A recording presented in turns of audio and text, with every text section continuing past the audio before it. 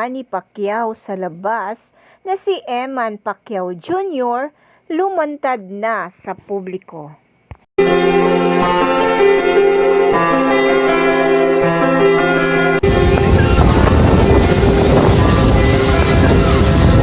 Mukhang ito na nga ang hinahanap ng mga netizens na anak ni Manny Pacquiao sa labas. Si Eman Jr. Pacquiao ang napapabalitang anak ng boxing champ Manny Pacquiao sa labas, sa isang flight attendant na naanakan noon ni Pacman.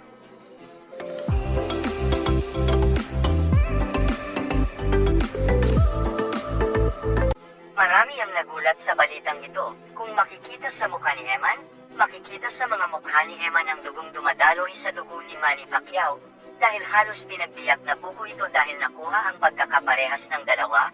May mga nagsasabi na pinagsamang anak na lalaki ni Manny ito na sina Michael at Jimmy Pacquiao ang mukha ni Eman ngayon.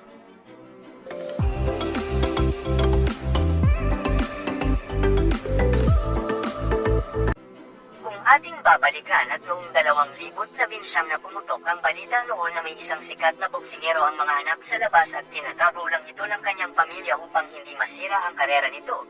Dito na nag-umpisa ang haka-haka ng netizens na baka si Manny umano ang tinutukoy ng blind item kung saan lumabas na ang balitang meron talagang anak sa labas na isang lalaki.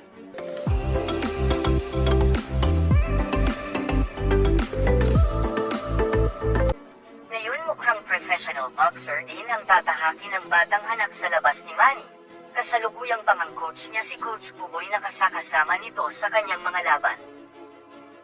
Puspusan ang ensayo ng anak ni Manny dahil isa sa malaking chance na ito na ang susunod sa yapak ni Manny at magpapasiklab sa larangan ng boxing.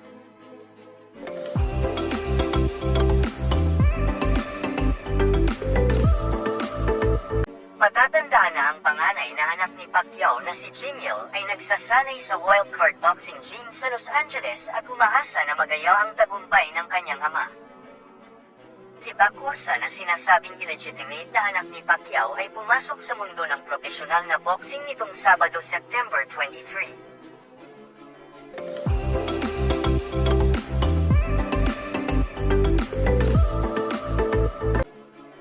Hindi nga lingid sa kaalaman ng lahat na minsan sa buhay ng boxing champ Manny Pacquiao ay nagkaroon din ito ng iba't ibang karelasyon bukod kay Jinky at isa na nga rito ang inaumano ni Bacorsa at ang batang ito nga ang naging bunga ng kanilang relasyon.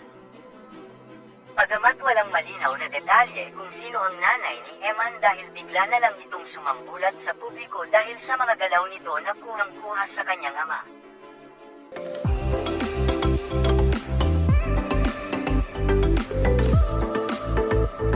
Samantala ngayong araw nga ay ayon sa aming source nagsalita na ang asawa ni Manny Pacquiao na si Jinky Pacquiao at ayon dito, anak nga ni Manny ito sa ibang babae.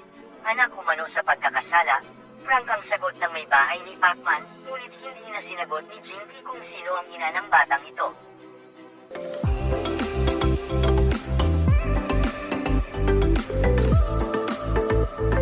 Samantala tila napatalon umano si Mommy Jonisha nang makaharap na nito ng personal ang sinasabing anak ni Manny sa ibang babae.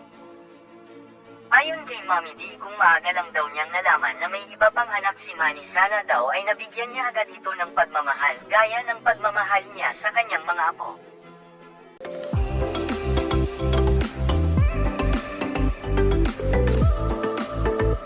Nagpapasalamat naman si Eman dahil tinanggap siya ng buong-buo ng kanyang lola Jonisha.